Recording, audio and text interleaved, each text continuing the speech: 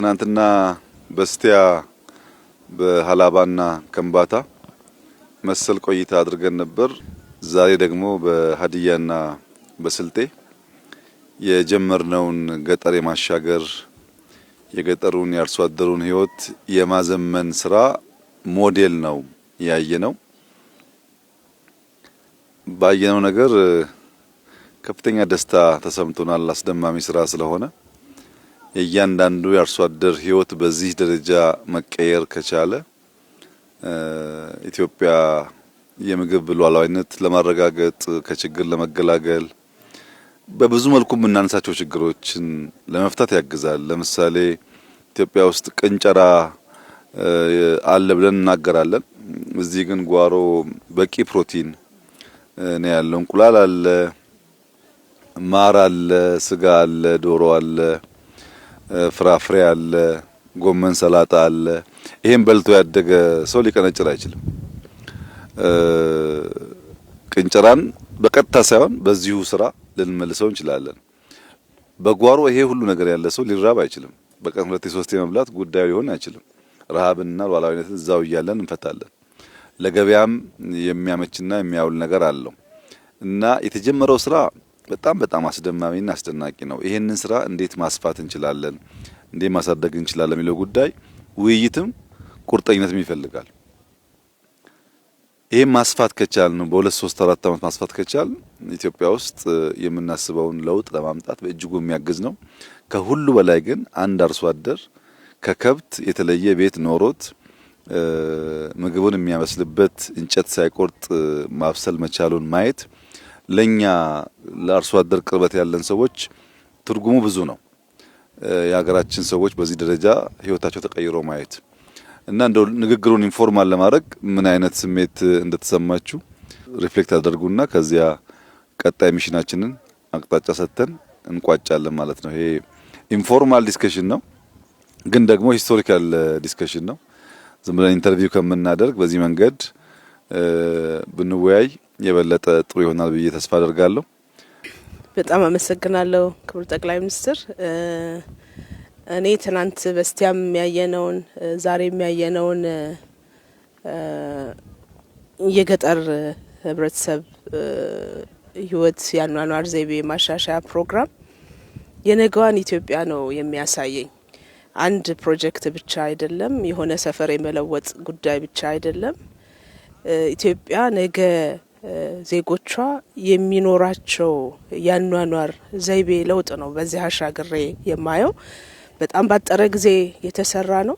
ከተማ ላይ የማይገኝ ያልተበከለ ንጹህ አየር ሁሉንም ለህብረተሰብ እድገት ወይም ለአንድ ጤናማ ልጅ እድገት የሚያስፈልጉ ምግቦችን የትም ሳይሄድ ከጓሮ ቀንጥሶ ማየት የአእምሮ ምግብ የሚያገኝበት ለአካልም ምግብ የሚያገኝበት ንጹህ በሆነ ስፍራ ብርሃን ኖሮት ኢነርጂ አግኝቶ ላይፉን ትራንስፎርም አድርጎ የሚኖር ማህበረሰብ በእርግጥም የተለምነው ብልጽግና የእውን የመሆኛ ጊዜው ብዙ ሩቅ እንዳይደለ ማሳያ አድርጌ ነው የተገነዘብኩትና በጣም ትልቅ ተስፋ፣ ትልቅ አቅም በትንሽ በራስ ሀብት በራስ አቅም ክህሎትን፣ እውቀትን እና የአካባቢ ሀብትን አገናኝቶ በልብ ማየት የሚችል የአመራር ዘይቤ በአይን ብቻ ሳይሆን መኖር ሲችል እንደዚህ አይነቱ ነገር እንዴት ባጠረ ጊዜ እውን መሆን እንደሚችል አብይ ማሳያ ነውና በእኔ እምነት ባጭር ጊዜ ሁሉም የህብረተሰብ ክፍል ካበረ ከተባበረ ኢትዮጵያን ባጭር ጊዜ የመቀየር ትልማችን እውን ይሆናል የሚል ተስፋም ጭምር የሰነኩበት። አመሰግናለሁ ክቡር ጠቅላይ ሚኒስትር። ከከተማ ኮሪደር ወጥተን ወደ ገጠር ኮሪደር ስንገባ ማህበረሰቡን እንዴት ባለው አቅም ባለው በአካባቢ ሪሶርስ ማበልጸግ እንደሚቻል ሀገር የምትበለጽገው ቤተሰብ ሲበለጽግ ማህበረሰብም እንደዚሁ ነውና ይሄ ትልቅ ማሳያ ነው። የነበረ ግን ያላየ ነው። እይታን የሚጠይቅ ጉዳይ ነውና ይሄ ኢኒሼቲቭ ቤተሰብን ቀይሮ ወደ ሀገር ልማት ብልጽግና የሚያሻግረን እውንም ደግሞ መሆን የሚችል በአጭር ጊዜ ይሄ ከተከናወነ ማህበረሰቡን ህብረተሰቡን አስተባብሮ ደግሞ ሰፊ ስራ መስራት እንደሚቻልም ያየንበት ነው። በተለይ ደግሞ በገጠር ያሉ የማህበረሰብ ክፍላችን በጣም አድካሚ የሆነ የኑሮ ዘይቤ ነው ያላቸው።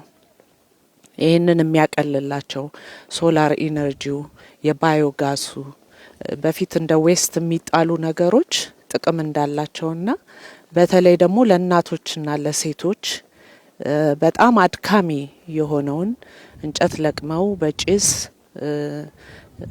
በጣም ብዙ ጉዳት የሚደርስባቸውን በቀለል ባለ መንገድ ከተማ ውስጥ ያለውን የኑሮ ዘይቤ ማምጣት የተቻለበት ነውና ይሄ ትልቅ ጠቀሜታ አለው።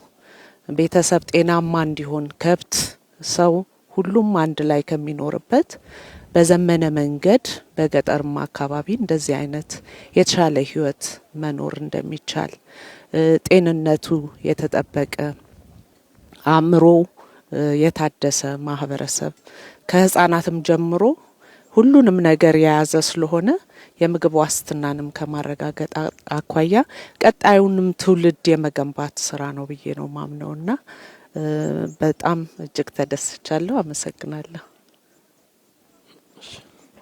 እሺ አመሰግናለሁ። እኔ በዋናነት መናገር እንፈልገው የእይታ ላይ ያለውን ለውጥ ነው መናገር እንፈልገው። ኢኮኖሚ ለማሳደግ ጥረት ይደረግ ነበር፣ ግን ኢኮኖሚ ብቻውን ብልጽግና መሆን እንደማይችልና ሁለንተናዊ ብልጽግና፣ የማህበራዊ ብልጽግና፣ የሰው አናኗር ዘይቤው ራሱ መለወጥ እንዳለበት አሳይቶናል። በተለይ አሁን ብልጽግናችን እናረጋግጥ ሲባል ሰው ካናኗሩ ከቤቱ መጀመር አለበት በሚል እየሰራ ያለው ነገር እጅግ በጣም የሚደንቅ ነው። ከዛ ባሻገር በግለሰብ አርሶ አደር ደረጃም የተሻለ ኢኮኖሚ ያላቸው አርሶ አደሮች አሉ። ነገር ግን ምን አይነት ቤት ውስጥ መኖር እንዳለባቸው አያውቁም። ምን አይነት መኝታ ላይ መተኛት እንዳለባቸው አያውቁም። የአካባቢ ጽዳታቸውን በሚፈለገው ቤታቸውን በሚፈለገው ልክ በንጽህና አያያዝ እንኳን አያውቁም፣ ኢኮኖሚ ያላቸውም ጭምር። ስለዚህ ኢኮኖሚ ያላቸው አርሶ አደሮችም የተሻለ ገበያ ያላቸው አርሶ አደሮችም የተሻለ ቤት ውስጥ መኖር እንዲችሉ፣ የተሻለ አካባቢ ውስጥ መኖር እንዲችሉ ትልቅ ለውጥ ያመጣ ነው። ከዛ ባሻገር ግን እንደ ኢትዮጵያ ብልጽግናን እውን ለማድረግ ራዕይ ሰንቀን እየሰራን ያለ ነው። ለዚህም ደግሞ ካሁኑ ከኢኮኖሚ ማሳደግ ጎን ለጎን አካባቢያችንንም ለመለወጥ አናኗራችን ለመለወጥ እየተደረገ ያለው ነገር እጅግ በጣም ትልቅ ነው። በተለይ ክቡር ጠቅላይ ሚኒስትራችን ያደረጉትን ነገር በዚህ አጋጣሚ በእኛ ክልል ውስጥ በአራቱም ዞኖች ውስጥ የሰሩትን ነገር እጅግ በጣም ማድነቅ እፈልጋለሁ። ህዝቡም ለሳቸው ጥያቄ እውነተኛ ምላሽም እየሰጠ እንዳለና እሳቸው ባስቀመጡት አቅጣጫ መሰረት ደግሞ ያንን የእሳቸውን ጥያቄ ለመመለስ እየሄደ ያለው ነገርም እውነተኛ ፍቅሩንም ህዝቡም እየገለጸ መሆኑን በዚህ አጋጣሚ ማንሳት ፈልጋለሁ። በአጠቃላይ የኢትዮጵያ ብልጽግና እውን ለማድረግ የተጀመረው ነገር እጅግ በጣም ድንቅ ነው። በዚሁ ይቀጥላል። እኛም ደግሞ የበኩላችንን እሳቸው በሰጡን አቅጣጫ መሰረት ተጨማሪ ሞዴል ነው አሁን የተሰራው፣ ተጨማሪ ቤቶችን ተጨማሪ መንደር ለመፍጠር ደግሞ በግልም በጋራም ኃላፊነታችንን ለመወጣትም ዝግጁ መሆናችንን በዚህ አጋጣሚ ለመግለጽ ፈልጋለሁ። አመሰግናለሁ። እጅግ አድርጌ አመሰግናለሁ። ክቡር ጠቅላይ ሚኒስትር ዶክተር አብይ ይሄ ስራ በጣም በትልቁ አካባቢ እንዲለወጥ ትልቅ ውጤት አምጥቷል። በባዶ ቦታ ነው የጀመርነው። በትንሽ ጊዜ ውስጥ አካባቢ መቀየር እንደሚቻል፣ ኑሮን ማሻሻል እንደሚቻል፣ ይህ ሂደት ደግሞ በቅንጅት ሲመራ የፕሮጀክት አስተሳሰብ መምራት ስንችል በቀላሉ መስራት እንደሚችል ተረድተናል። ሌላው ያለን ነገር እንዳልተጠቀምንም አይተናል። አብዛኛው ይሄ ቤት የተሰራበት 90% አፈር ነው፣ 10% ነው ሲሚንቶ የተጠቀም ነው።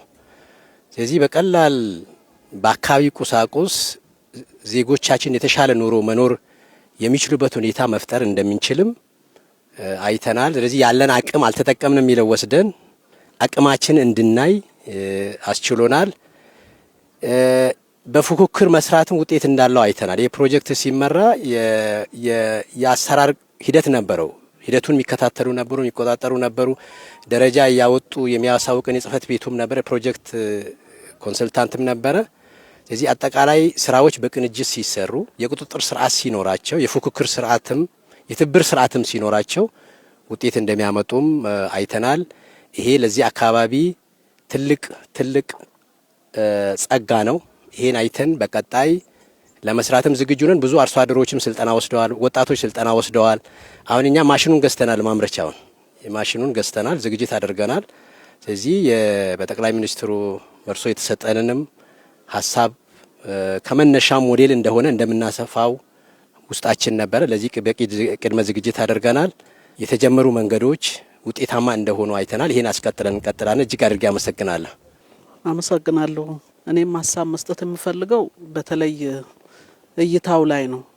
ያው በተለይ እኔ ፐርሰናሊ የሚደንቀኝ ከለውጡ በኋላ ብዙ አዳዲስ ነገሮች እየወረዱ ነው ያሉትና በሚወርዱ ጉዳዮች ደግሞ ያሉ ጉዳዮች ናቸው ማለት አሁን መሬቱን ብናይ ያለ ነው፣ ሰውን ብናይ ያለ ነው፣ አመራሩን ብናይ ያለ ነው። ግን አዳዲስ እንደዚህ አይነት አይዲያዎችን ክሬት አድርጎ ወደ አዲስ ነገር መለማመድ ላይ መግባት ላይ ብዙ ያዝ የሚያደርጉ ነገሮች ነበሩ። አሁን ግን ወዲያው አዳዲስ ነገሮች በተለይ ጠቅላይ ሚኒስትራችን አዳዲስ ነገሮችን ወደ ታች ያወርዳሉ። እታች ያለውም አካል ተከታይ የሆነ የመጣበት ሁኔታ ነው ያለውና ወዲያው ተቀብሎ ተግባራዊ ማድረጉ ላይ ትልቅ ለውጥ ነው እያየን ያለ ነው ማለት ነው። ይሄን ቦታ ሲጀመር ያየ ሰው ለማመን የሚያቅት ስራ ነው የተሰራው ማለት ነው እና በአንድ ቦታ በትንሽ ቦታ ሁሉንም ነገር ማሳካት እንደምንችል ጭምር ያየንበት ሁኔታ ነው ያለውና በተለይ ይሄ አካባቢ ደግሞ መስመርም ስለሆነ መንገድ ዳርም ስለሆነ አጠቃላይ አገር አቋራጭ መኪናዎችም ሁሉ ሲመጡ እየወረዱ እያዩ ፎቶ እያነሱ ተሞክሮን እየወሰዱ እየሄዱ ያለበት ሁኔታ ነው ያለውና ትልቅ አቅም ነው እየሆነ ያለው። እኛ አሁን ውስጣችን እየተነጋገርን ያለነው እንደ ክልልም እንዴት ነው ማስፋት ያለብን ይሄን ጉዳይ ብለን ነው እያሰብን ያለነውና በጣም ነው እኔ ውስጤን የነካው። ትልቅ ስራ ነው የተሰራው። አርሶ አደሩም ጭምር መስራት ከተቻለ ለውጥ ማምጣት እንደሚቻልም ጭምር ቁጭት የፈጠረበት ሁኔታ ነው ያለው። በዛ በኩልም ያለው አርሶ አደር እዚህ ማሳ ላይ ያሳረፍናቸውን ነገሮች በሙሉ ማሳረፍ ጀምሯል።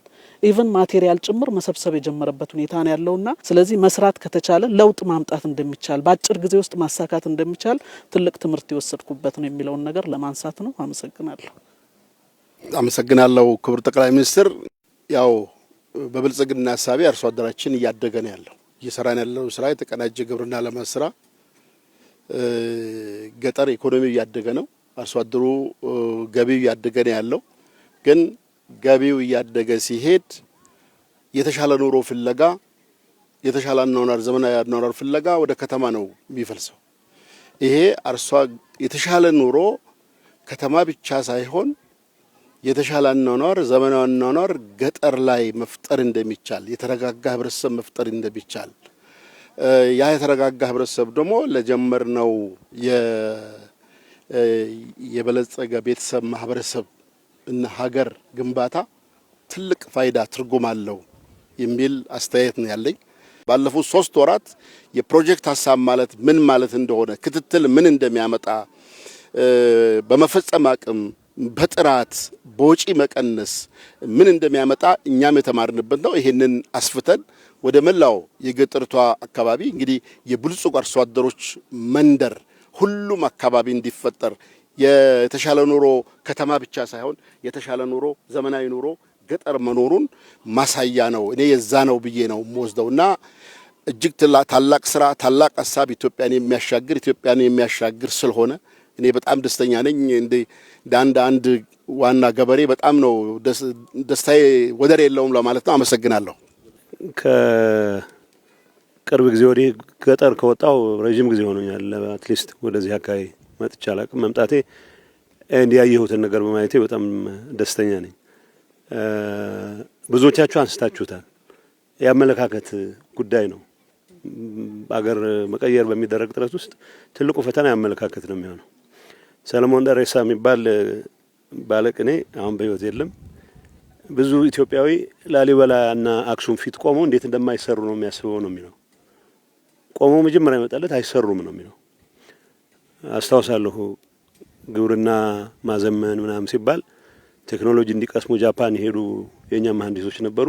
ሲመለሱ የትም ፈቅል ልንል አንችልም የሚል ትምህርት ነው ቀስሞ የመጡት። ቢኮዝ ጃፓን የደረሰችበት ደረጃ ላይ አይተህ አሁን ያለንበት ሰው አንችልም የሚል መንፈስ እንደ ማህበረሰቡ የሚገልጸን ነው እንጂ አሁን ያዩዋቸው ቤቶች ንጹህ መሆናቸው ብቻ አይደለም፣ ሁሉም ነገር የተሟላባቸው መሆናቸው ብቻ አይደለም፣ በራስ አቅም በአካባቢ አቅም የተሰሩ መሆናቸው ነው። ከሁሉም በላይ አመራር ውስጥ ያለ ሰው ሳይቀር የራሱን ንጽህና የማይጠብቅበት ንጽህና የሚጠበቅበት ቦታ ለማግኘት ቤት ለማግኘት የግድ ቦታ መቀየር አለበት ብሎ የሚያምንበት አገር ውስጥ ነው የኖር ነው። እስካሁንም ያ አመለካከት ሙሉ በሙሉ ተሰብሯል ማለት አይቻልም። ገጠር ውስጥ አስተማሪ ሆኖ የተመደበ ሰው ገጠር ውስጥ የሚያስተምራቸውን ነገሮች አፕላይ አድርጎ ሰው መቀየር የሚችልበት እድል ይጠቀማሉ። አይጠም ያሉት ጎደሎች እንደተጠበቁ ነው። የተሻለ ኑሮ ለማግኘት መዛወር እንዳለበት ነው የሚያምነው።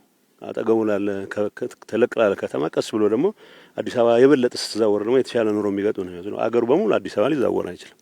አገር በሙሉ ዞን ከተማ ውስጥ ሊዛወር አይችልም። ሶ ይህን አመለካከት ለመስበር የሚያስችሉ ስራዎች እንደተጀመሩ የሚያሳይ መሆኑ ነው የሚታይ። ሶ በሎካል አቅም መሰራት ይችላል። መምራት ግን ይጠይቃል።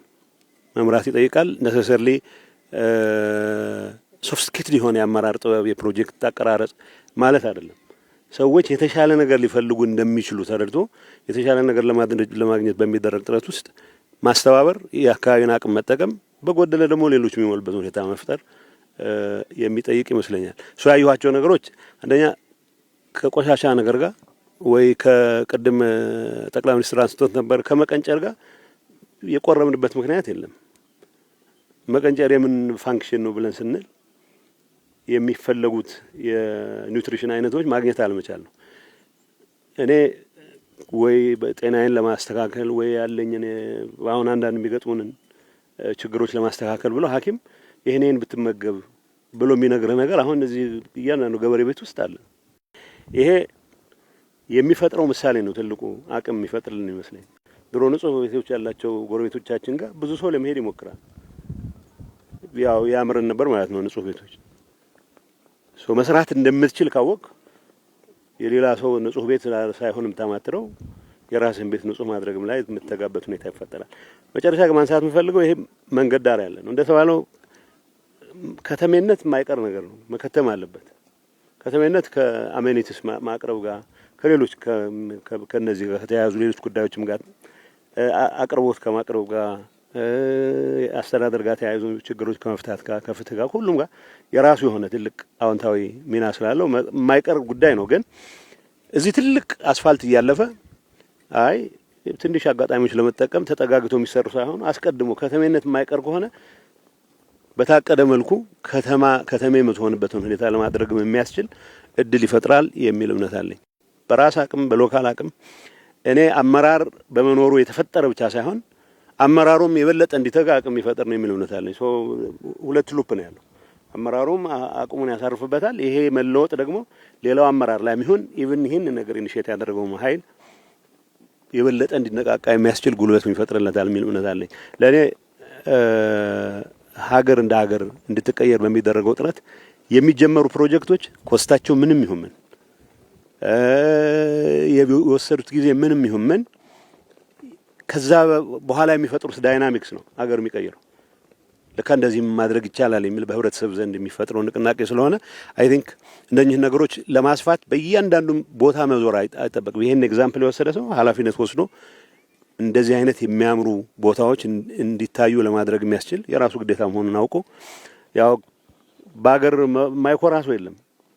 ሚሊዮነር የሆነ ሰው ቢሊዮነር የሆነ ሰው የሆነ በዓል ሲኖር ወደ ስልጤ ይመጣል፣ ወደ ሀዲያ ይመጣል፣ የትም ሀገር ቢኖር ሶ በሀገራችን መኩራት ካለብን በእኛ ምጽዋት የሚኖሩ ወላጆች እንዲኖሩን ሳይሆን ወላጆቻችን ራሳቸውን ችለው ያለ ምንም ስጋት ንጹህ መኝታ ውስጥ 2-3 ቀን ማሳለፍ የምንችልበት ሁኔታ መፍጠርም ራሱ ማገዝ እንዳለብን አውቀን በዛ መልኩ ብንንቀሳቀስ ይሄ አሁን የምናየውን በአነስተኛ ደረጃ የሚታዩትን ነገሮች በስፋት ማድረግ ማይቻልበት ምክንያት የለም።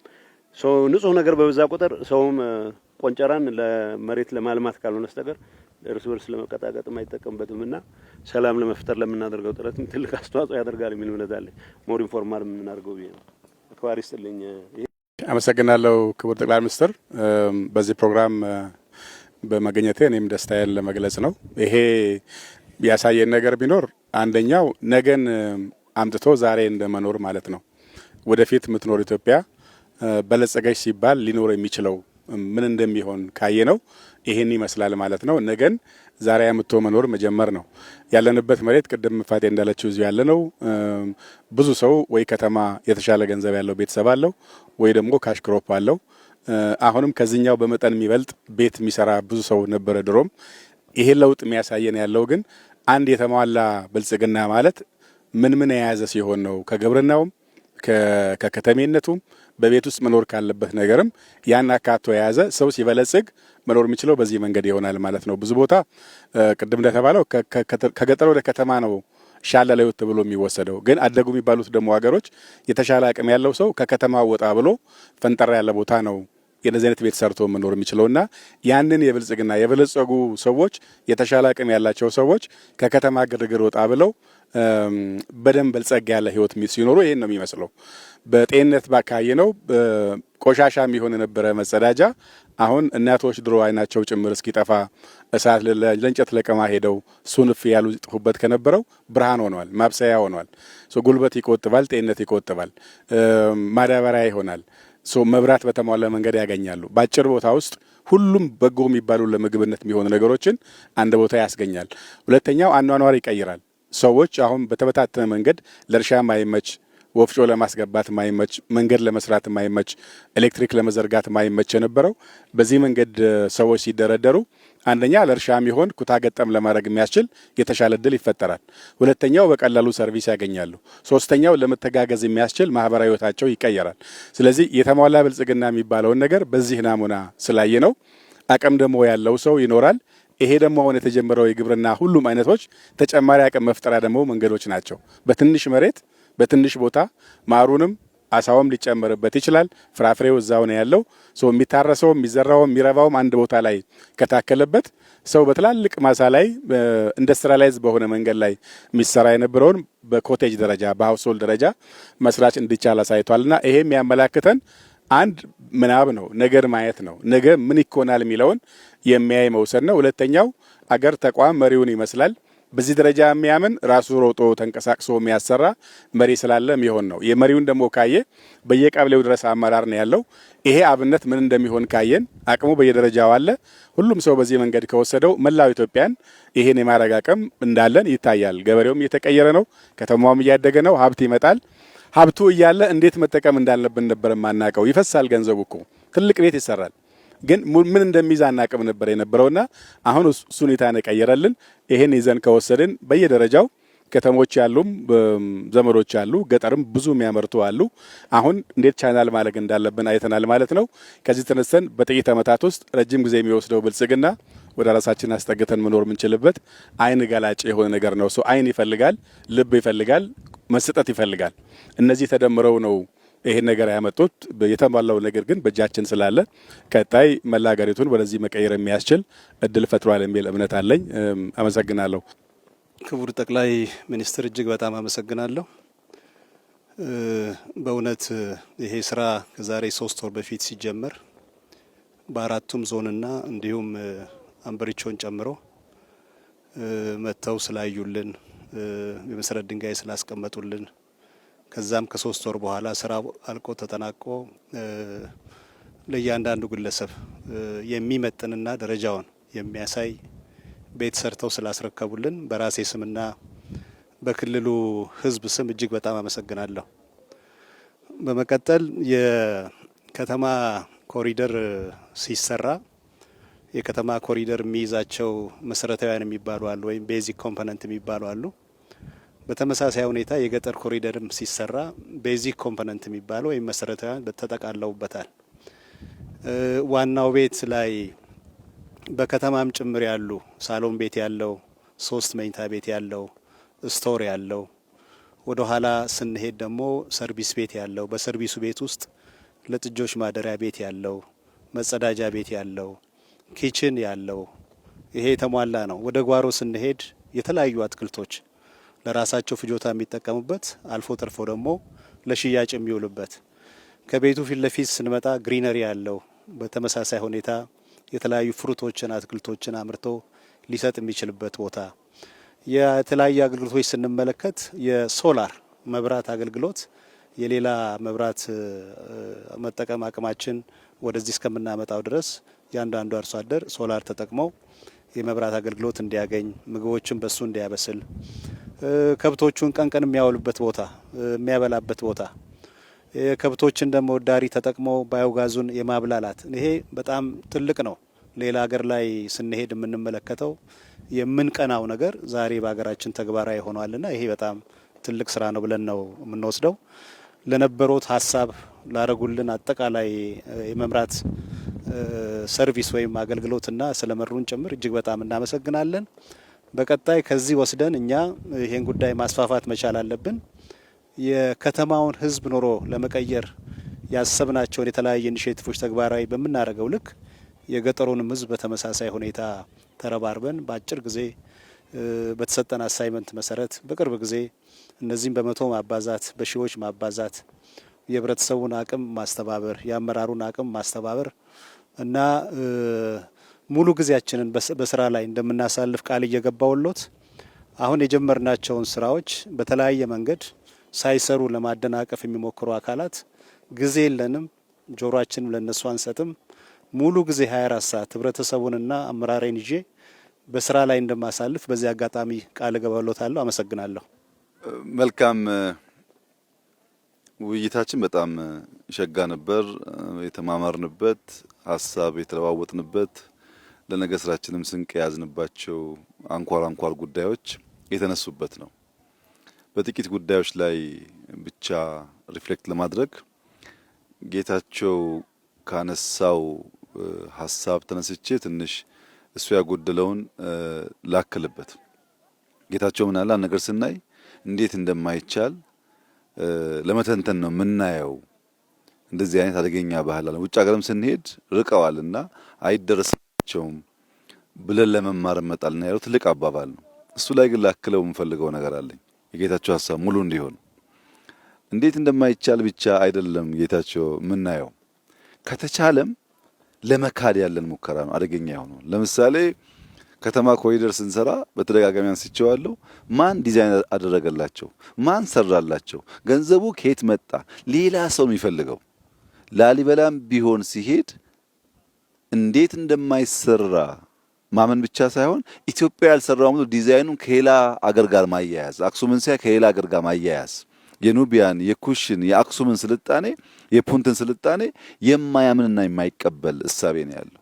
ከቀደም ከሰለጠኑት ውስጥ ከቅድመ አክሱም የፑንት ስልጣኔ፣ የኩሽ ስልጣኔ፣ የኑቢያ ስልጣኔ ራሱ የአክሱም ስልጣኔ የነበረበት የዛጉዌ ስልጣኔ የነበረበት ሀገር አሁን ከዛ ያነሰ ስራ ሲሰራ ሲያይ ሌላ ባለቤት ፈላጊ እንጂ ይቻላል ብሎ አያስብም።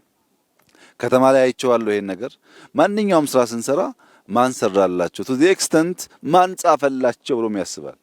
አንችልም አይቻልም ባዮች ነን። ተችሎ ስናይም የኛ አይደለም ብለን ባለቤት ፈላጊዎች ነን።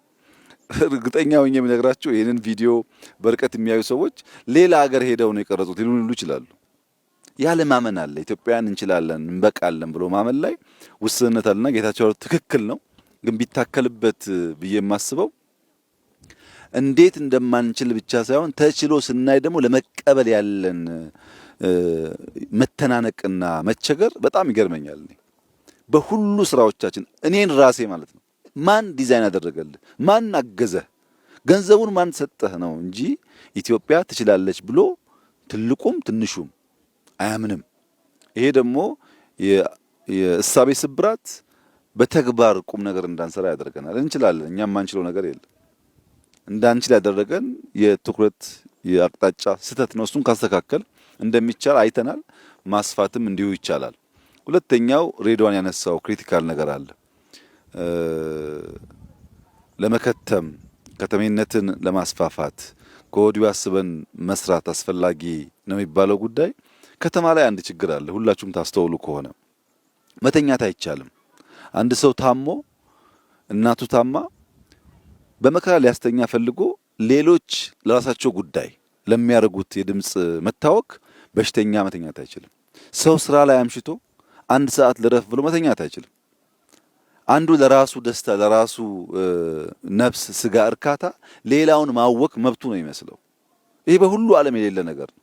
እኛ ሰርጉ የኔ ነው፣ ግን ሌላ በሽተኛ ካላወቅኩ መንገድ ካልዘጋው ሰርግ አይመስለኝም። ለቅሶ የሞተብኝ ሰው እኔ ነኝ፣ መንገድ ካልዘጋው ሌላውን ካላወቅኩ አስፓልት ላይ ድንኳን ካላሰርኩ የኔ ለቅሶ የተከበረ አይመስለኝም። ዓለም እኔ ብቻ አይደለሁም።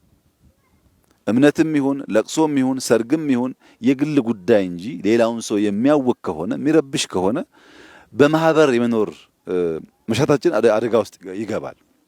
የሰው ልጅ በምግብ ራሱን ለመቻል ነው መሰብሰብ የጀመረው። የሥራ ክፍፍል እያደረገ እየከተመ እየዘመንን መንግስት የፈጠረው።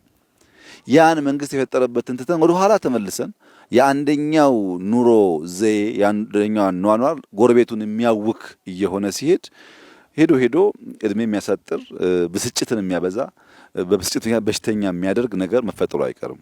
አሁን ይህን ተመልከቱ። መንገዱ እዛ ማዶ ነው ያለው። 30-40 ሜትር ራቅ ብሎ ቤት ሲሰራ ይህ ሃይዌይ ነው። በየጊዜው ከሆሳና አዲስ አበባ ከአዲስ አበባ ወራቤ መኪና ይንቀሳቀሳል። መንቀሳቀስ አንከለክልም። ስራ ነው፣ ህይወት ነው።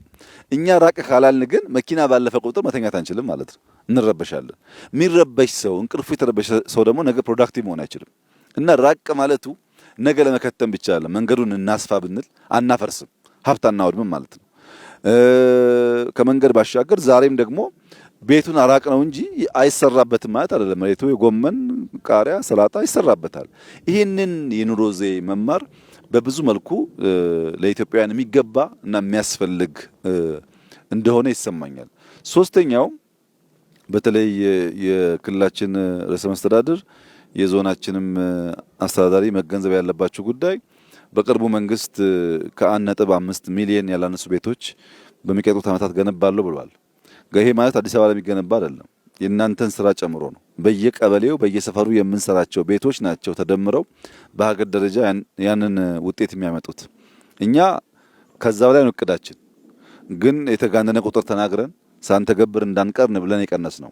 እያንዳንዱ ቀበሌ ወረዳ በዚህ መልክ ስራውን ከሰራ ካለንም ጥርጥር ባነሰ ጊዜ ያንን ቤት ልናሳካ እንችላለን። ሰምታችሁ ይሆናል የስሪዲ የቤት አገነባብ ቴክኖሎጂ ወደ ኢትዮጵያ እያመጣን ነው። ቤት እንደ ፋብሪካ የሚሰሩ ፋብሪካዎች እያመጣን ነው። በቀን አንድ ቤት ሁለት ቤት መጨረስ የሚችሉ ፋብሪካዎች እያመጣን ነው። ብረት ገጣጥሞ ቤት የሚሰሩ ፋብሪካዎች እያመጣን ነው። እነዚያ ፋብሪካዎች ግን አንድ ሰፈር ሳይሆን በየመንደሩ መኖር አለባቸው። ከፍተኛ የቤት ችግር ስላለብን በስቶ ጸዳ ያለና የዜጎቻችን ኑሮ የሚያዘምን ቤቶች ማብዛት ይኖርብናል። ከዚህ አንጻር ቅድም ከዞኑ አስተዳደር ጋር ስነጋገር ከወረዳ ጀምሮ 80 የሚጠጉ ተመራጮች አሉ ብሎኛል። በወረዳ በዞን በክልል ምክር ቤት በፌዴራል ምክር ቤት የሚወዳደሩ 80 ገደማ በስልጤ ዞን ብቻ አሉ ብሎኛል። እኔ ለስልጤ ወንድምና እህቶቼ ማሳሰብ የምፈልገው ነገር እነዚህ 80 ሰዎች ቢያንስ 10 ቤት ካልገነቡ በሚቀጥለው ምርጫ አትምረጧቸው ነው። ያልሰራ ሰው መመረጥ የለበትም። ዝም ብሎ እያወራ ምርጫ የሚባል ነገር የለም። ጊዜ ያላችሁ አሁን 3 ወር ነው እኛ የሰራ ነው። እናንተ 6 ወር 7 ወር አላችሁ 8 ወር አላችሁ። ከዚያ በላይ ማድረግ ትችላላችሁ። ያ ሲሆን ደረታችንን ነፍተን ሰራንል ብለን ነው እኛ ወደ ምርጫ የምንቀርበው እንጂ ገና ተስፋ እየሰጠን ከመረጥከኝ በኋላ እናደርግልሃለን እያልን ከሆነ መቼም ልንለወጥ አንችልም። እና እያንዳንዱ ሰው በዚህ አግባብ ሚናውን የሚወጣ ከሆነ ምን አይነት ከባቢ ልንፈጥር እንደምንችል አስቡት። ሁለተኛ ሰሞኑን በየዋህነት በስህተት አላባና ከምባታ ላይ መቶ ቤት ስሩ ብያቸው ነበር። ካለማወቅ ነው፣ ይቅርታ ይደረግልኝ። ስልጤና ሀዲያ ግን ያ ቁጥር አይሰራም። ሁለት መልክ እንስጠው። አንደኛው በስልጤ አካባቢ የተወለዱ አመራሮች በየትኛውም ደረጃ ያሉ አመራሮች ቅድም ባልኩት መሰረት ለምሳሌ 80ዎቹ 10 ከሰሩ 800 ሆነ ማለት ነው። እያንዳንዱ ዞን ሚኒመም 1000 ቤት ካልሰራ እኔ ወደዚህ አልመጣም ተመልሼ። 1000 ቤት ትችላላችሁ ሰርታችሁ ጥሩ እንመጣለን። ስንመጣ ግን በሁለት መንገድ ነው የምመጣው። አንደኛው ይሄ መንደር በሺዎች ሲገነባ የስልጤ ተወላጆች እንደው ቢያንስ በሁለት ሳምንት አንድ ቀን እሁድ የሁለት ሰዓት መንገድ ነች። በሁለት ሳምንት አንድ ቀን እሁድ መጥተው በጋራ በየቤቱ በልተው ጠጥተው ከተማ ቢሆኑ የሚያጠፉትን ገንዘብ ለአርሶ አደሮቹ ከፍለው ቢሄዱ እነሱንም ሞራል ይሰጣል፣ ካልቸር አይጠፋም፣ ዝምድና አይበላሽም፣ ማህበራዊ ኑሯችን የተጠናከረ ይሆናል። ሌሎች ደግሞ የስልጤ ተወላጅ ደግሞ በወር አንዴ በ3 ወር አንዴ አንድ ቀን እሁድ ከሬድዋን ጋር ከሙፈሪያት ጋር ከኡስማን ጋር ጠዋት ነርተው መጥተው ክትፎ አለ አይብ አለ በጣም ብዙ ነገር አለ እዚህ በልተው ጠጥተው ሀገር አይተው ቢሄዱ መዝናኛም ነው። ሀገራዊ ትስስሩን የሚፈጠር ነገር ነው። እንግዲህ የሚያሳዝነው ነገር ከበደ ታሟል ከተባለ ለማዋጣት ሩጫችን አስቡት። እንዳይታመም ኑሮውን ጤነኛ ለማድረግ ግን መስራት እንችላለን። ሽንት ቤት ካለው ከከብት ጋር የማይኖር ከሆነ ንጹህ ውሃ ካለው መብራት ካለው ሰውየው እንዳይታመም ማድረግ ስንችል ታሟል ብለን ብር እናዋጣለን። በተለይ በውጭ የሚኖሩ ዜጎቻችን ከበደ ሞተ ሲባል አስክሬን ለመላክ ብር ይዋጣል። ሳይሞት ነው ማገዝ፣ ሳይሞት ነው መደገፍ። ለአስክሬን ከምናዋጣ ለበሽተኛ ከምናዋጣ አሁን ብንሰራው ያንን ነገር እንቀንሰዋለን። ሶስተኛ ሰርግ። የኢትዮጵያ ሰርግ የውድድር የታይታ ሆኗል። የኢትዮጵያ ሀዘንና ለቅሶ ቤት የታይታ ለቅሶ ቤት እኮ ሰርግ ነው። ቁርጥ የሚበላበት ነው። ቢራ የሚጠጣበት ነው። ምን ያደርግልናል? በለቅሶና በሰርግ እንደዛ ከምናባክን ሀብታችንን እነዚህ ምስኪኖች በማገዝ ታቸውን በመቀየር ብንጠቀምበት እና ዜጎች መለወጥ እንችላለን ብለው አምነው የገንዘብ ብክነታቸውን ትክክለኛ ቦታ ላይ ቢያውሉ ባጠረ ጊዜ ውስጥ መቀየር እንችላለን። እኛ የከተማ ኮሪደር ስንል እርግጠኞች ነበርን እንደሚቀየር።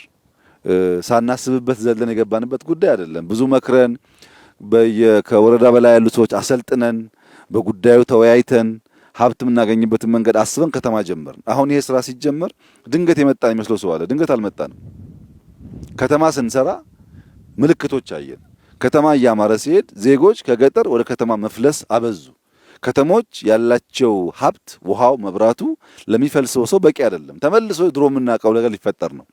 በየቦታው ዝመናን ካላመጣን በቀር በከተማ የምናደርገው ስራ ይበላሻል የሚል ስጋት ነበረን። ስናጠና ዲዛይን ስናሰራ ቆየን። ዋናው ጭቅጭቃችን የነበረው ከስራው በፊት አንደኛ ከ3 ወር ባነሰ ያልቃል ወይ ነው። ሁለተኛ አብዛኛው ማቴሪያል ሎካል ይሆናል ወይ? ከሆነ ቦታ መተን ብንሰራው አይቀጥልም። እንዳያችሁት ነው ጭቃው 90% አፈሩ ሁሉም ቦታ የሚሰራው ሎካል ነው። የሀዲያውም ሀዲያ ነው፣ የከምባታውም ከምባታ ነው፣ የሐላባውም ሐላባ ነው። ሌሎች ክልሎችም ካለ እንደዚሁ እዚህም ስልጤ ያየነው እንደዚያ ነው። ሎካል ማቴሪያል ተጠቅመን ወጣቶች አሰልጥነን ይሄንን ቤት የምንሰራ ከሆነ ስራ እንፈጥራለን፣ የጸዳ ኑሮ ዘዬ እንከተላለን፣ የሰው ፍልሰት እንቀንሳለን። እኔ እርግጠኛ ሆኜ የምነግራችሁ በገጠር እንደዚህ አይነት ህይወት ካለ ብዙ ሰው ከተማ የሚመኝ አይመስለኝም። በተለይ መንገድ ኖሮ በቀላሉ መጓዝ የምንችል ከሆነ ሰው ምን ያደርጋል ከተማ ውስጥ? ከተማ እኮ ቆሻሻ ነው ብዙ ነገር፣ አየሩም ድምጹም አያስተኛም፣ ረባሽ ነው። እዚህ ይሻላል እና ይህንን ነገር ማስፋት የፖለቲካ ስራ አናድርገው። እኛ የተሰጠን ሲዝን ለቁም ነገር ነው። ይህንን ቁም ነገር የህዝባችን ኑሮ ቀይረን እያንዳንዱን ሃውስሆልድ ቀይረን ካላየን በቀር ትርጉም የለውም። ሌሎች ደግሞ ላልተገባ ዓላማ ጊዜና ሀብታቸውን ለሚያጠፉ ወንድምና እህቶቻችን ያለኝ መልእክት እውነት ለመናገር ጀግና ኢትዮጵያ ውስጥ ትርጉም ብልሽት አለው። ጀግና ማለት ክላሽ አንግቦ መሄድ አይደለም። ጀግና ማለት የአንድን አሮጊት ቤት የሚሰራ ማለት ነው። ክላሽ ማንገብ የሚያስፈልግባቸው ቦታዎች፣ ሁኔታዎች፣ ሙያዎች ይኖራሉ።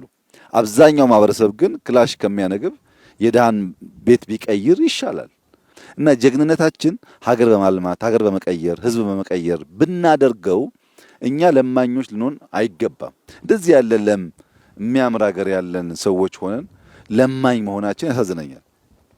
አሁን በቅርቡ ከልመና ነፃ ለመውጣት ስራ ጀምረናል። ህዝብ አወያይተን ታውቃላችሁ። ወደ 7-8 ክልሎች ጨርሰዋል። ማወጅ ይፈልጋሉ፣ ግን ያልጨረሱ ሰዎች አሉ። ለምን ያልጨረሱም? የተፈናቀሉ ዜጎች አሉ። ያ የተፈናቀለው ዜጋ ቤቱ ገብቶ ቤቱ እንዲገባ አድርገን እንዲህ አድርገን ሰርተንለት ህይወቱን ብንቀይር ኢትዮጵያ ባጠረ ጊዜ ውስጥ የማንንም ስንዴ ማትለምን መሆን ትችላለች። ሰው አፈናቅሎ ማፈን ፖለቲካ ሆነ ኢትዮጵያ ውስጥ። ሰው ቤቱ ቀየው እንዳይመለስ ፖለቲካ፣ ክላሽ መያዝ፣ መሰልጠን፣ ማደግ፣ መጀገን ሆነ፣ መበላላት፣ መጀገን ሆነ። እንዴት ሎ መሬቱ ይልማ ታዲያ? እና ከዚህ ወጥተን በሀገር ደረጃ የሚጨበጥ ለውጥ ብናመጣ ቢያንስ ልጆቻችን ከስደት፣ ከችግር፣ ከእርዛት፣ ከጦርነት ተላቀው በሰላም ደስተኛ ህይወት እንዲኖሩ ስለሚያደርጋቸው እኔ ለእናንተ እዚህ ላላችሁ ሰዎች ያለኝ መልእክት እንግዲህ 3 ወር የተባለው እኛ መምጣት ስላልቻልን ነው እንጂ ከወር በፊት አልቋል ስራው። በነበረው ፕሮግራም የተጨናነቅ ነው። 2 ወር 3 ወር ውስጥ እንደዚህ ያለ መንደር መስራት ይቻላል። ይህንን የስልጤ ዞን አመራሮች፣ የሀዲያ ዞን አመራሮች በሺዎች ደቡብ አፍሪካ ብትሄዱ በጣም በርካታ ዲያስፖራ ሀዲያ አለ። ለዚህ 2-3 ቤት መስራት ለነሱ ከባድ አይደለም። ሁሉ ባይችሉ የሚችሉ ብዙ ናቸው። ስልጤም እንደዚሁ ነው። በከተማ በጣም ንግድ የሚወዱ ገንዘብ የሚሰሩ ዜጎች አሉበትና ለማህበረሰባችን ቁም ነገር ሰርተን የሚጨበጥ የሚታይ ነገር ጥል ለማለፍ የሚያግዝ ስለሆነ እንረባረብ፣ እንስራ ነው። ካልሰራን በቀር ሀገር አይለወጥም። ዝም ብሎ አሁን ያለው የምኞት እንትን አይሰራም። መስራት ይፈልጋል። አንደኛ ማመን ይፈልጋል።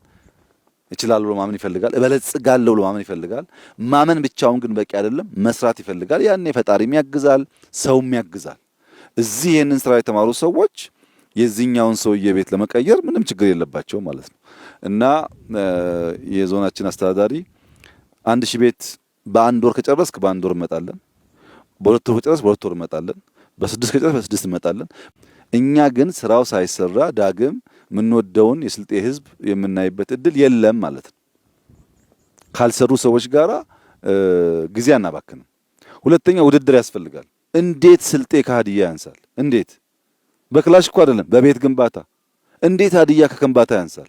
እንዴት ከምባታ ከሀላባ ያንሳል? ውድድር የሚያስፈልገን ሀገራችን በመለወጥ ነው። የተለወጠ ስልጤ ካለ እንኳን ሀገሬው ሰው የውጭው መጥቶ ትምህርት ይወስዳል። ውድድሩ መሆን ያለበት በልማት ነው፣ በስራ ሁሉም ክልል ባለው አቅም ተዘርግቶ የዜጎቹን ህይወት የሚቀይር ከሆነ ካለምንም ጥርጥር የበለጸገች ኢትዮጵያ ማየት እንችላለን። እንተባበር፣ እንስራ፣ እንደመር፣ ወደ ውጤት ራሳችንን እናዘጋጅ።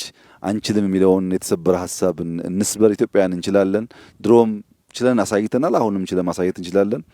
ዛሬ ባየሁት ነገር በጣም ተደስቻለሁ። የምጠብቀው ነገር ነው። ግን በማዕከላዊ ክልል በአራቱ ዞኖች የተሰሩ ሳምፕል ስራዎች በመላው ክልሉ ተስፋፍቶ ለውጤት እንዲበቁ የክልላችን ርዕሰ መስተዳድር ሌላ ስራ የለህም፣ የአርሶ አደር ህይወት መቀየር ነው። እጅግ አድርጌ አመሰግናለሁ።